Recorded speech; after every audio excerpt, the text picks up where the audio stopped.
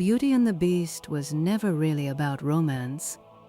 It was about the moment you start believing your love can save someone who keeps hurting you. As children, we were told this was a story about looking beyond appearances, a beautiful girl, a cursed beast, a castle, a rose, a love strong enough to transform a monster. But fairy tales were not made only for children. They were dark mirrors, and when you look into this one as an adult, you do not only see a woman falling in love with a beast, you see the part of yourself that stayed too long because you believed there was something wounded underneath the cruelty. The beast is frightening, not only because he looks monstrous, but because he is trapped in his own pain, and somehow his pain becomes her responsibility, his loneliness becomes her burden, his anger becomes something she must understand, his coldness becomes something she must soften, his cage becomes something she must call home. And this is where the story becomes dangerous, because many people do not fall in love with who someone is. They fall in love with who they believe that person could become. They see the wound, they see the sadness, they see the small moments of tenderness, and they think, if I am patient enough, they will change. If I love them correctly, they will become safe. If I leave, I am abandoning the only good part of them. This is not romance. This is rescue, and rescue can feel like love when you learned early that love means earning your place inside someone else's pain. The castle matters. It is beautiful, it is grand, it is magical, but it is still a cage, and some cages do not look ugly. Some cages have soft beds, warm rooms, golden light, rare moments of kindness.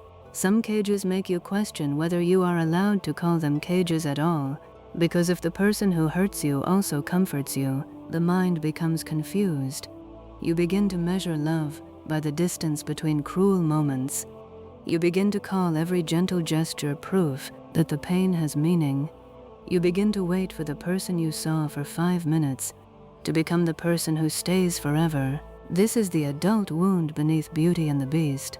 Not loving someone difficult, but confusing difficulty with depth, confusing emotional danger with passion, confusing someone's hidden pain with your personal mission to heal them, because the beast is not only a monster, he is also wounded, and that makes the story more complicated. A person can be in pain and still be responsible for what they do with that pain. A person can be lonely and still not have the right to imprison someone else inside their loneliness. A person can be broken and still not be allowed to turn you into their cure. The wound does not excuse the cage. That is the sentence this fairy tale should have taught us. The wound does not excuse the cage, because compassion without boundaries can become self-abandonment, and when you are too good at seeing pain in others, you may become blind to the pain they are causing you. Belle sees something human inside the beast, and that is not wrong. Seeing someone's humanity is not the problem. The problem begins when their humanity becomes the reason you stop protecting your own. You tell yourself, they did not mean it, they are just hurt. They have never known love, no one understands them like I do. And slowly, their wound becomes a story that explains every locked door. This is how people stay in places that are hurting them. Not always because they are weak. Sometimes they stay because they are loyal to someone's potential. They are not attached to the reality in front of them. They are attached to the version that appears when the beast lowers his voice, looks ashamed, or gives them one small piece of tenderness. And that tenderness becomes powerful, because after fear, tenderness feels like relief. After coldness, warmth feels like proof. After being trapped, a little kindness can feel like freedom. But relief is not the same as love, and a softer cage is still a cage. This is why the rose matters. The rose is not only a symbol of time, it is a symbol of pressure. Every falling petal says, hurry, save him, love him before it is too late, become the reason he changes.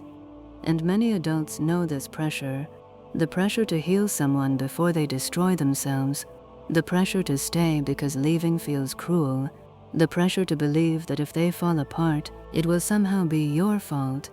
But love is not supposed to be a deadline. Love is not supposed to make you responsible for someone else's transformation. You can support someone's healing, you can witness their pain, you can care, but you cannot become the key to a prison they refuse to leave. And that is the hardest truth. You can love someone and still not be able to save them. You can understand why someone became cruel and still walk away from their cruelty. You can see the wounded child inside them and still protect the wounded child inside you. Beauty and the Beast becomes dangerous when we read it as proof that love can transform anyone, but it becomes powerful when we read it as a warning about what happens when someone's pain becomes your purpose, a warning about beautiful cages, a warning about mistaking rare tenderness for real safety. Because real love does not require you to disappear inside someone else's darkness. Real love does not ask you to prove your devotion by enduring fear. Real love does not need you to become smaller, quieter, softer, so someone else can feel less alone. The Beast does not become human because Belle suffers enough. That is the lie. He becomes human only when he changes, and that change cannot belong to her. It has to belong to him. This is the difference between love and rescue. Love can stand beside someone's pain. Rescue tries to carry it for them. Love has compassion. Rescue has guilt. Love has boundaries. Rescue keeps bleeding and calls it devotion. And if this story hurts you, maybe it is because you have known a castle like this, a place that looked beautiful from the outside, but made you feel trapped inside. A person whose pain made you stay. A relationship where the good moments were just strong enough to make you doubt the bad ones. Maybe you have loved someone's potential more than their reality. Maybe you have waited for the gentle version of them to become permanent. Maybe you have confused being needed with being loved. But being needed is not the same as being cherished. Being chosen during loneliness is not the same as being respected in the light. And being the only person who understands someone does not mean you are meant to stay locked inside their pain. Healing begins when you stop calling the cage a castle. It begins when you stop measuring love by how much suffering you can survive. It begins when you understand that someone can be wounded and still be unsafe for you. You are allowed to leave the castle, even if the Beast cries, even if he has a tragic story, even if there were moments when he was kind, even if you still believe there is goodness somewhere inside him. Goodness hidden deep inside someone does not protect you from the harm they are doing now. And love that asks you to ignore harm is not love, it is captivity with a softer name. Beauty and the Beast was never really about romance.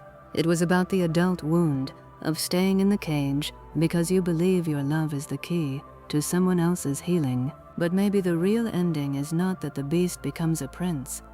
Maybe the real ending begins when Beauty stops confusing pity with love. When she looks at the castle, the rose, the locked doors, and the wounded creature in front of her, and finally understands his pain is real, but it is not my home.